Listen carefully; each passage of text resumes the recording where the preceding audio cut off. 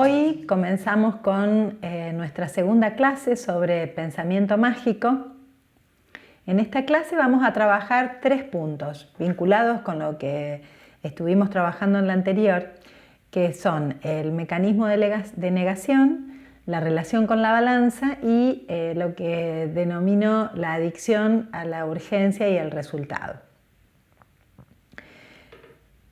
Así como habíamos dicho que el pensamiento mágico es tan notorio y tan característico de la obesidad, tiene que ver también con esta cuestión de que, en general, el pensamiento mágico es un tipo de pensamiento que lo encontramos en casi todas las enfermedades crónicas.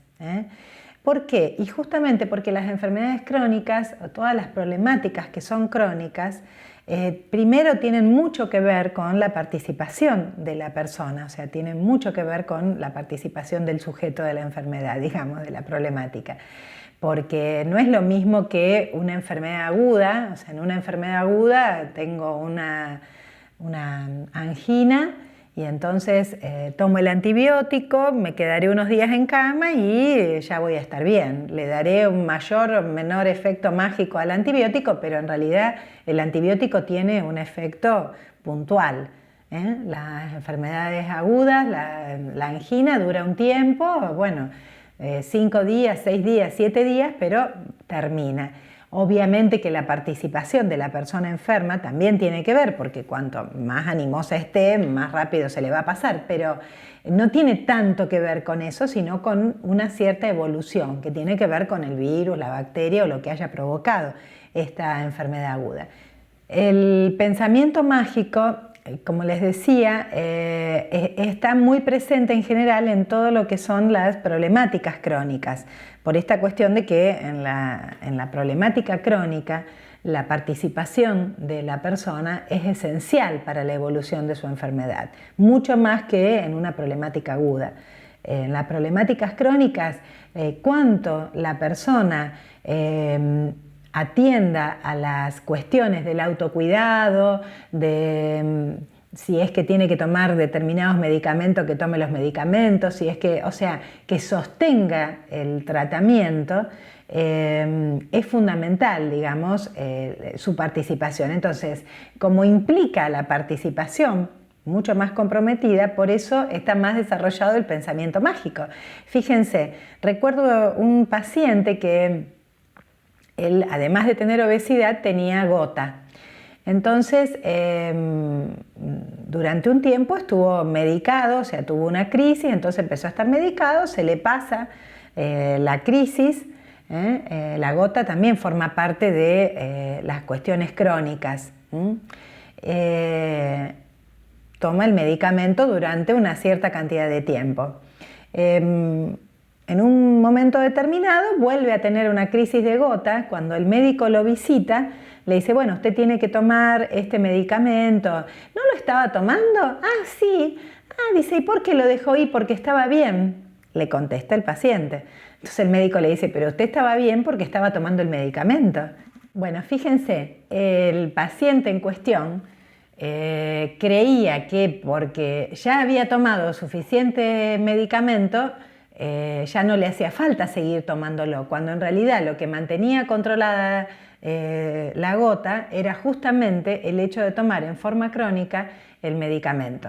Les aclaro, por si hay quienes no conocen, la gota es el aumento de ácido úrico que produce, por lo menos uno de los aspectos clínicos que yo sé o que le pasaba a este paciente, es un intenso dolor en el dedo gordo del pie. Entonces, el hecho de que, quisiera que quede bien claro esto, la participación más comprometida del paciente hace que ya no dependa el tratamiento. En el caso de las enfermedades agudas, el tratamiento depende del medicamento que se utilice para combatir la bacteria o para combatir determinada cuestión. En el caso de las enfermedades crónicas, si es un tipo de medicamento, es para mantener controlada la enfermedad. Porque, ¿qué sucede con las problemáticas crónicas? Lo que sucede se llaman crónicas justamente porque no tienen un medicamento o alguna cuestión que haga, o un tratamiento que haga que finalice. Las enfermedades crónicas dependen justamente del control que haga la persona y que tenga con el médico o con el determinado tratamiento para que esa enfermedad no se agrave, en el caso de la diabetes, en el caso de otro tipo de enfermedades o en el caso de la obesidad para controlarla. Pero como ya habíamos visto desde que empezamos este curso, o que ya sabemos, es que no hay un medicamento, ni una cirugía, ni ningún tratamiento que termine con la tendencia a engordar. Entonces, la obesidad como problemática crónica y todas las problemáticas crónicas en general van a comprometer mucho más la participación de la persona, y por esto es que la persona, en el hecho de tener que transcurrir mucho tiempo, a lo mejor teniendo que controlar lo que le pasa, es que empieza a recurrir a este tipo de creencias, a este tipo de manifestaciones para evitar el cansancio, para poder en algún punto terminar con esta problemática, ¿se entiende? Por eso el pensamiento mágico en esta, y a lo mejor mucho menos en lo que es una angina. Bien, entonces vamos a trabajar ahora unos aspectos, lo que yo llamo esto de la adicción a la urgencia y la adicción al resultado, que es tan común también en nuestro paciente obeso. Cuando hablamos de adicción a la urgencia y de adicción al resultado, ¿qué estamos diciendo? Es la forma en que el paciente desde su pensamiento mágico se vincula al tratamiento. ¿Qué es lo que quiere el paciente? ¿Cómo se expresa esta adicción a la urgencia? Es bajar todo, bajarlo ahora, si es posible ayer, o sea, haber bajado todo ya ayer.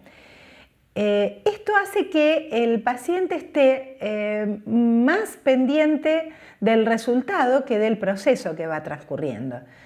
Evalúa todo su tratamiento en función del resultado. Evalúa su semana en función del resultado, no tanto de los cambios que esté haciendo ni de las cuestiones que vayan sucediendo como cambios tanto internos como externos. ¿Qué quiero decir con esto? ¿Qué quiere decir evaluar por el resultado? Que si el paciente, si la persona pensaba que de acuerdo al esfuerzo realizado debía, fíjense, todo pensamiento mágico, de acuerdo al esfuerzo que había realizado debía haber bajado por lo menos 1,5 kilos, 2 kilos, y su resultado es medio kilo en la balanza, su evaluación es entonces que bajó poco, esto no lo satisface y crea una cierta sensación de displacer e insatisfacción, cuando en realidad a lo mejor bajó esa cantidad, digamos, pero hizo otro tipo de cambios, consiguió otras cosas, pero bueno, eso no lo puede ver. ¿Por qué? Porque está absolutamente centrado en el resultado. Por supuesto que mucho más se incrementa la ansiedad cuando por ahí hizo mucho esfuerzo y su resultado fue negativo. A veces el paciente cumplió con las indicaciones y no bajó todo lo que se espera o lo que él esperaba o ella esperaba. Muchas veces hay otras cuestiones. La retención de líquidos o el síndrome premenstrual en las mujeres, o bueno, a veces puede pasar que en una semana no haya un descenso de peso. Sin embargo, la persona está tan pendiente de su resultado que un resultado negativo le produce una sensación de insatisfacción. Entonces, está más pendiente por eso decimos que esta adicción a la urgencia y al resultado. Hay otra cuestión que también tiene que ver con el pensamiento mágico y es evaluar los resultados por lo que deja de hacer y no por lo que hace. Yo siempre le digo a los pacientes que uno baja de peso por lo que está haciendo y no por lo que dejó de hacer. Baja de peso por cómo está comiendo y no por las comidas que dejó de hacer. Esto es importante que lo pensemos bien, porque el paciente dice, ah, bueno, sí, yo esta semana dejé de comer, en lugar de comer 4 hamburguesas como me comía antes, comí 2 hamburguesas, entonces debería haber bajado. Pero no, le decimos, porque en realidad no es por lo que vos dejás de hacer que vas a bajar de peso, sino por lo que estás haciendo. O sea, uno baja porque va haciendo un cambio en su plan alimentario, en su organización alimentaria, en el tipo de comidas que hace, y no va a bajar. Los resultados no son tanto por lo que deja de hacer. No, si comió 3 pedazos de torta en lugar de 4, seguro que no, pero nuestro paciente evalúa así sus resultados. Debería haber bajado porque comí menos de lo que comí la otra vez, porque fui menos veces a comer afuera. Esto es expresión de su pensamiento mágico. El paciente cambia la urgencia de comer por la urgencia de bajar. ¿Qué quiere decir esto? Es que es como si transformara la voracidad puesta en la comida en su voracidad por bajar. Entonces, el paciente que hasta ayer, la persona que hasta ayer estaba comiendo vorazmente, hoy vorazmente quiere bajar 5 kilos en 3 días. La urgencia de bajar crea una frustración intensa cuando no obtiene el resultado que imagina. O sea, está tan grande puesta su expectativa en cuánto va a bajar, que entonces cuando no obtiene el resultado que pensaba que debía obtener, esto produce una intensa frustración. Otra cuestión que también tiene que ver con esto de la urgencia, la adicción a la urgencia y el resultado, es la idealización del resultado parcial. ¿Qué quiere decir con esto? Que de pronto, bueno, bajó 3 kilos en una semana, esto le parece fantástico, así como siente una frustración intensa porque no se cumplió sus cálculos que había realizado de acuerdo al esfuerzo, también produce el efecto contrario cuando obtiene un resultado como 3 kilos en una semana, y entonces ese resultado parcial le parece fantástico y entonces esto genera permiso para comer. La urgencia al resultado y la adicción al resultado y a la urgencia, por supuesto que crea 2 cuestiones que tenemos que estar muy atentos. Por un lado, la resistencia a las indicaciones. El paciente que tiene su pensamiento muy centrado en la urgencia de bajar y en el resultado obtenido. Yo con esto no quiero decir que no sea importante que prestemos atención al resultado, pero el resultado, de por sí solamente cuando presto exclusivamente atención al resultado, pierdo de vista el proceso. Entonces es importante que complementemos los resultados con la observación de ese proceso.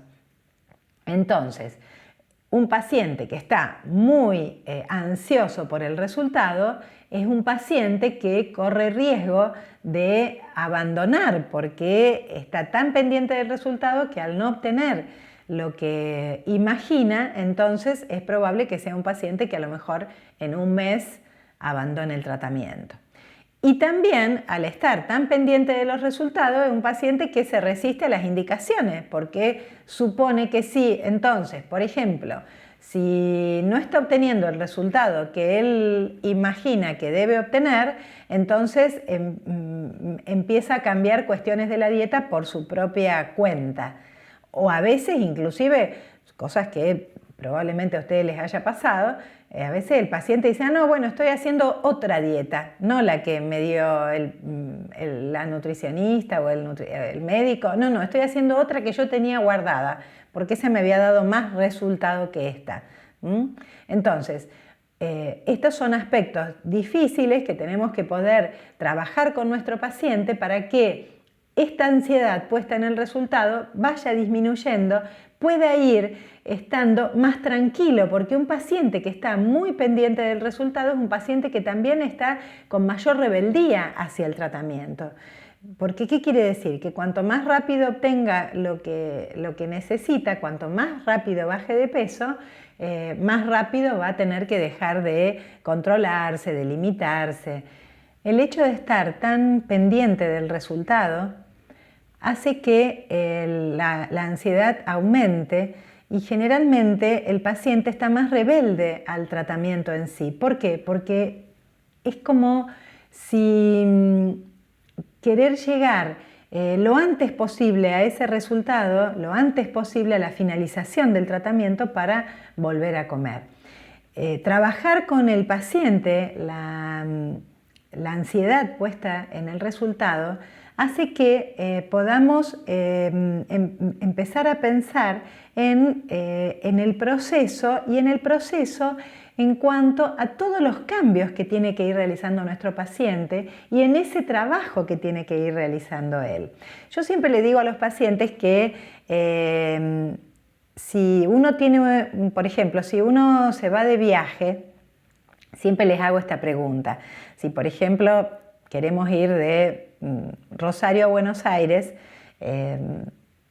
de que el objetivo está puesto. El resultado de nuestro viaje es llegar a Buenos Aires. Ahora bien, si uno sale por la ruta pendiente exclusivamente del resultado, o sea, pendiente de nuestro objetivo, es probable que tengamos algunos problemas porque vamos a descuidar todo lo que tenemos que hacer para poder llegar a nuestro objetivo. ¿Qué quiere decir con esto? Que en realidad, desde el momento en que decido llegar a una determinada localidad, lo que tengo que estar pendiente no es de esa localidad a la que tengo que llegar, sino que tengo que estar pendiente de qué cosa, del auto, del estado del auto, de si prendí las luces, de a quiénes tengo que pasar, de cuándo aumentar o disminuir la velocidad para poder llegar justamente a nuestro destino.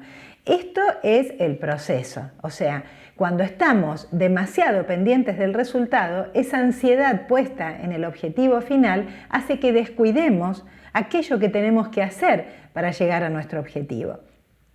Esto le pasa al paciente. Al estar tan pendiente de a dónde tiene que llegar, hace que descuide lo que son sus acciones y que aumente de tal manera su ansiedad por el resultado que entonces viva su tratamiento como algo que tiene que terminar lo antes posible.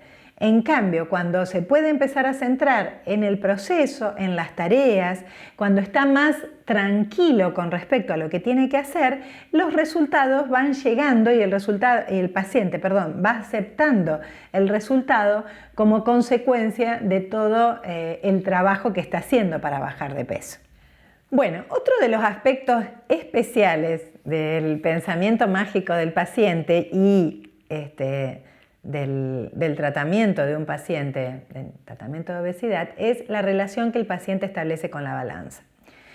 La relación que lo tomo como una cuestión especial porque realmente la relación que establece el paciente con la balanza merece un tratamiento especial en el sentido de qué es lo que siente, ¿no? O sea, esta relación que el paciente establece con este instrumento de medición es una relación, les diría, en donde el paciente antropomorfiza la balanza, ¿no?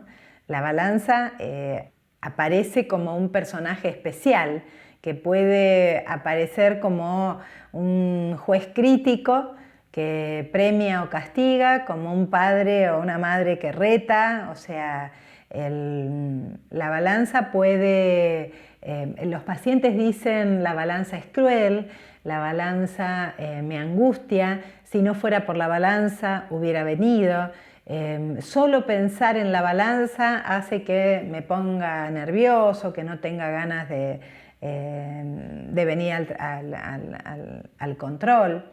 La balanza tiene la relación que establece con la balanza el paciente, sus resultados, lo que la balanza le dice, incluso él dice, me dijo tal cosa la balanza, ¿no? Tiene la capacidad de cambiar en ese momento el humor de una persona, ¿no? O sea, muchas veces el paciente viene pensando que bajó y de repente se sentía más delgado, que estaba contento porque estaba seguro que iba a bajar de peso. La balanza le dice como dicen las pacientes, le dice otra cosa y esto tiene la capacidad para ese día arruinarle el día, digamos, ¿no? O sea,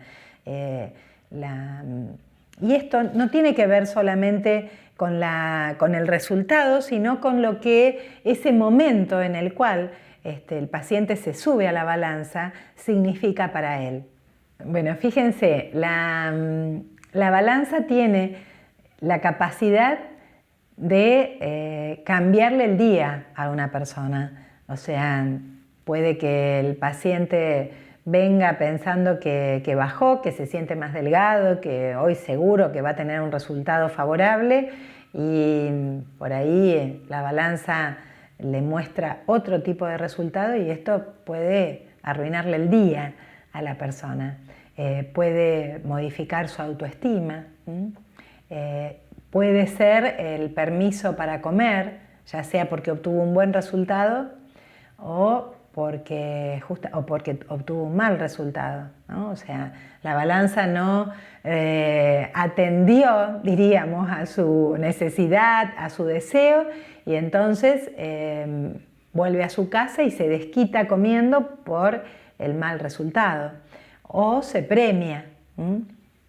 Entonces, incluso las reacciones de las personas en nuestro instituto, cuando los pacientes acuden al grupo terapéutico, los 15 minutos antes de comenzar la reunión grupal, hacemos el control de peso. La balanza está en otra habitación, no en el mismo lugar donde desempeñamos la reunión grupal. Entonces, las reacciones de las personas son realmente, a veces les diría hasta sorprendentes, porque hay quienes entran despacito, hay quienes quienes entran a los tropezones, hay quienes ya desde que vienen caminando empiezan a decir, no, mirá, porque yo esta semana no estuve tan bien porque comí tal cosa o porque no comí tal cosa, y cuando se suben a la balanza después a lo mejor cambian completamente el discurso. Ayer una señora, antes de subir a la balanza, dice, no, mirá que estuve re mal, estoy segura que no me fue bien. Se sube, había bajado 1 kilo, dice, bueno, no, pero en realidad yo no estuve tan mal, porque hice tal sacrificio, porque hice tal esfuerzo, como si fueran 2 personas diferentes, ¿no? Incluso, que eso lo vamos a adjuntar en las clases, pero un paciente escribió hace unos años un texto que se llama Oda a la balanza, y haciendo este paralelismo, digamos, con este personaje, digamos, en la vida de una persona gorda casi humano, que es la balanza. Entonces, sintetizando, vamos a decir 3 cuestiones en la relación que desde el pensamiento mágico el paciente establece con la balanza. Primero, que los resultados de la balanza son vividos como indicadores de valoración. O sea, si bajé, es que soy bueno, hice las cosas bien. Si no bajé, soy malo, me porté mal, hice las cosas mal. Si bajé, soy valioso, si no bajé, soy un desastre. Así es como vive, y si ustedes recuerdan cuando vimos la primera clase, cuando hablábamos de la cuestión narcisista, y se acuerdan que hablábamos de todas las cuestiones de la valoración, el resultado, por eso el paciente está tan pendiente, porque el resultado que la balanza le diga, diríamos, le diga entre comillas, indican su mayor o menor valía. Que esto es muy importante que lo trabajemos con el paciente, porque obviamente si los resultados son indicadores de la valoración, cuando baja es valioso, cuando no baja ya no es valioso. Entonces tenemos que ayudarlo a que nuestro paciente pueda tomar, digamos, la balanza simplemente como un instrumento que indica la evolución del tratamiento, no si él es bueno o malo. La otra cuestión es que la balanza también aparece como un reaseguro o como un castigo narcisista, o sea, o refuerza la autoestima porque estuvo bien, o digamos es un castigo. Es un castigo frente a su mal comportamiento. Y por supuesto que esta vivencia que el paciente tiene con respecto a la balanza va a determinar la continuidad del tratamiento. O sea, como les decía antes, si el paciente siente que no puede venir porque no hizo las cosas bien y entonces no quiere pasar por ese momento de pesarse, entonces muchas veces el abandono es porque justamente no quiere seguir, no quiere confrontar lo que fue su transcurso, digamos, con el tratamiento en la semana con la balanza. Bueno, ahora vamos a trabajar sobre el tercer punto de esta clase, que es el mecanismo de negación. En general, en la obesidad se habla mucho de está negada, está negando, sin saber verdaderamente a qué responde o qué tipo de mecanismo es este. O sea, es un término que se utiliza mucho así, diríamos, de forma vulgar en algún punto. Vamos a ver. En realidad, la negación es un mecanismo de defensa inconsciente que tiene como finalidad no ver aquellos aspectos, tanto de uno mismo como del objeto, como de un objeto. Podemos pensar en parapsicología, un objeto puede ser otro sujeto, del objeto o de la realidad que que aterrorizan o producen sufrimiento. O sea, la finalidad del mecanismo de negación es anular el sufrimiento que nos puede producir el saber determinada cosa. El mecanismo de negación responde a la fantasía de que aquello que no se ve no existe y por lo tanto no implica peligro. O sea que el mecanismo de negación está unido a lo que es el control omnipotente. ¿Se acuerdan cuando habíamos visto la omnipotencia de las ideas?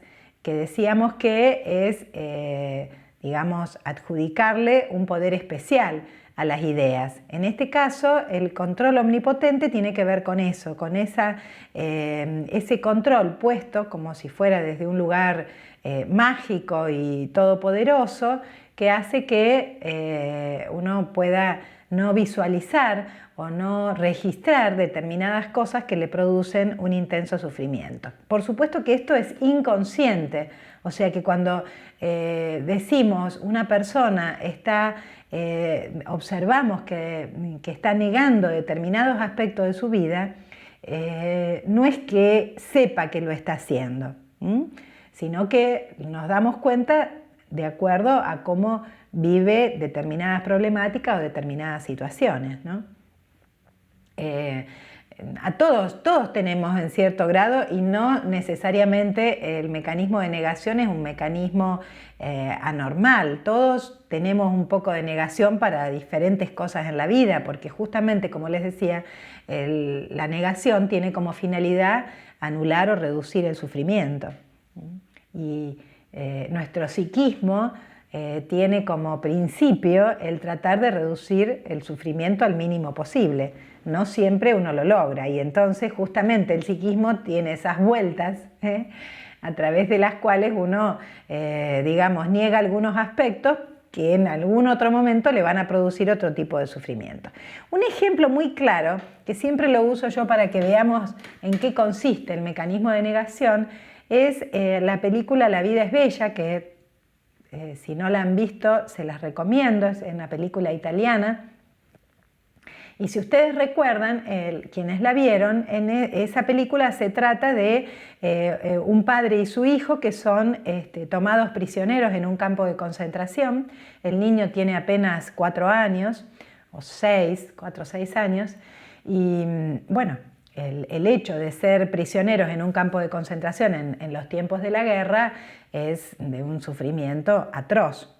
Cuando están en las barracas, y vienen los militares a dar las instrucciones de lo que tenían que hacer en el campo de concentración, el papá del niño se ofrece como voluntario para traducir, porque los que habían sido apresados eran todos italianos. Entonces, mientras el alemán el militar alemán hablaba de todas las cosas terribles que les iban a ocurrir si no hacían lo que ellos les decía, el protagonista traduce al italiano para que el niño escuchara todo lo que decía el alemán como si fuera un juego que tenían que hacer determinadas cosas. Y que iban a ganar determinados premios si cumplían con esas indicaciones en ese juego que iba a durar una cierta cantidad de días. El niño, las caras del niño, mientras él le va traduciendo, son realmente de una ternura increíble. Pero en realidad ese mecanismo de negación que de alguna manera el padre hace para que el niño crea otra realidad es lo que lo salva al niño. Porque si el niño hubiera tenido percepción de lo dramático y de la atrocidad que estaba viviendo, probablemente no hubiera podido salvarse. Y fíjense lo interesante en la película, porque alguna vez alguien dentro de la barraca le dice que no, que eso no es verdad, que el padre le hizo un cuento, y él no quiere creer eso y sigue jugando al juego que le había dicho su papá. Cada vez que venía el alemán, el padre le hacía las traducciones para que siguieran las instrucciones del juego. Y así el niño se salva.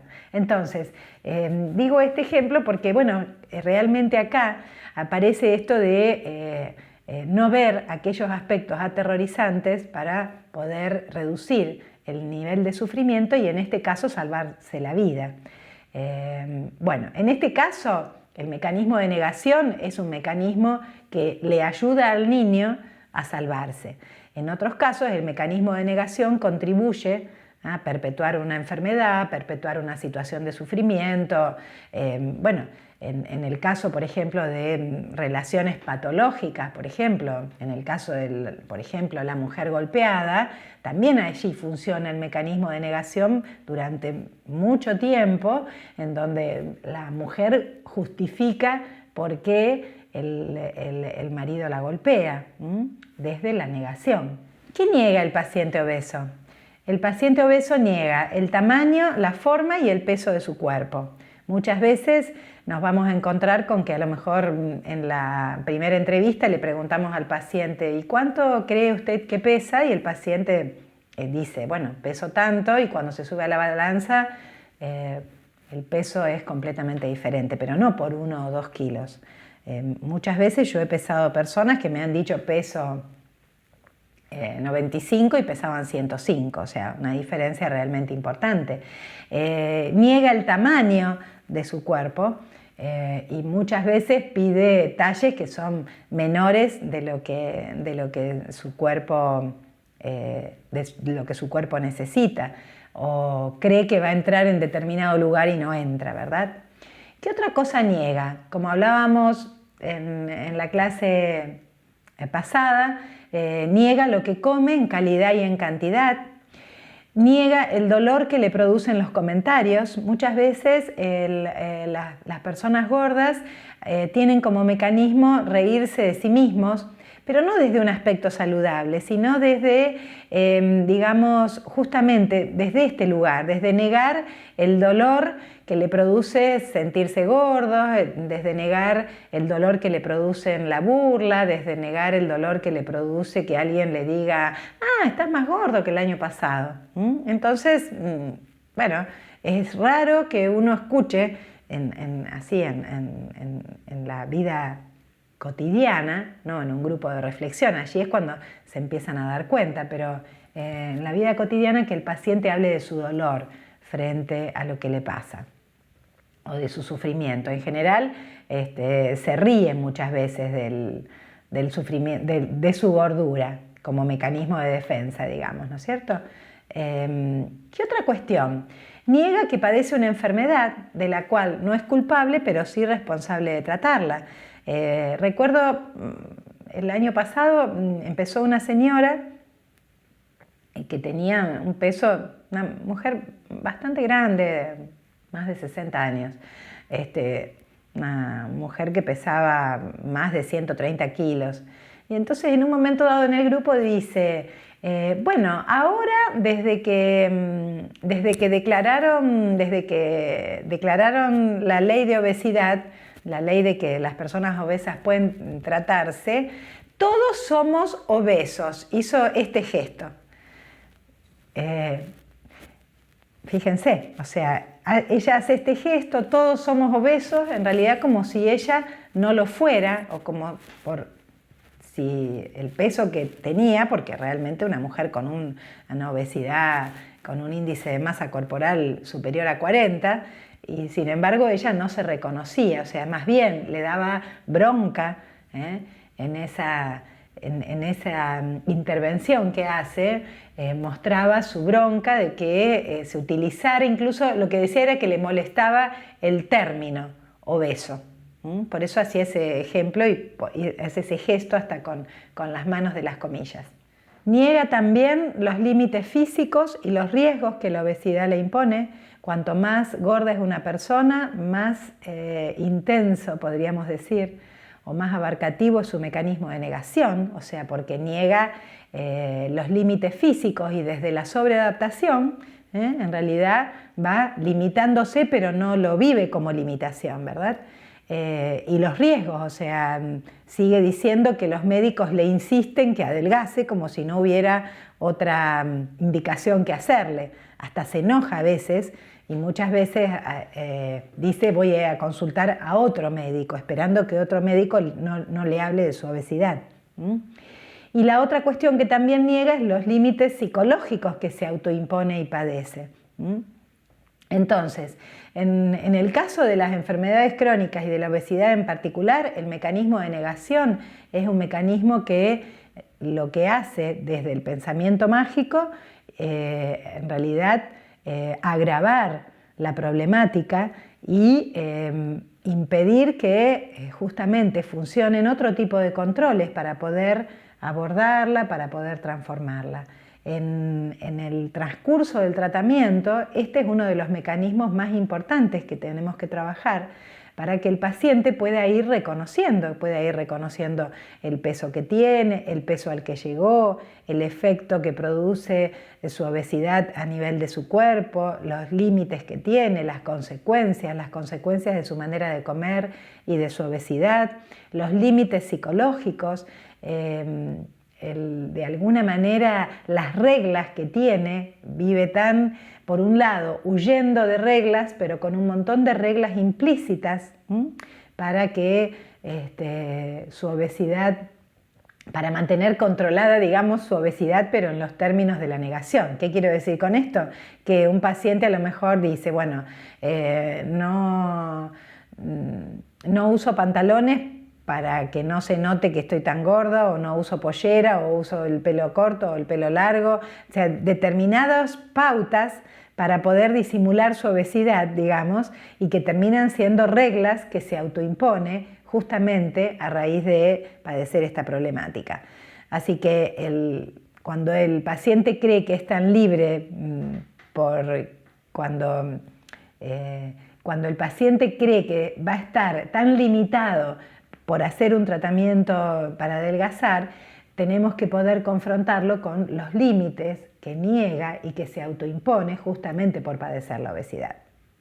El paciente es prisionero de su gordura y lamentablemente lo niega esto.